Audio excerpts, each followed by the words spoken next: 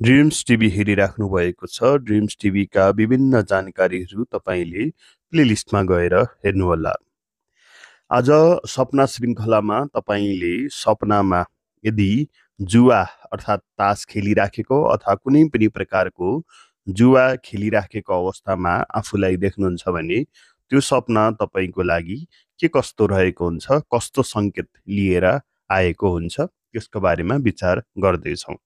कुनै पनि सपना प्रात समयमा अर्थात् 3 बजेदेखि लिएर 5 बजेसम्मको समयमा देख्ने सपनाहरूले तपाईँलाई 3 देखि 1 हप्ताभित्र प्रभाव पार्ने गर्दछन्, जबकि मध्यरात्रिमा देखिएका सपनाहरूले 1 महिनामा प्रभाव पार्ने गर्दछन्।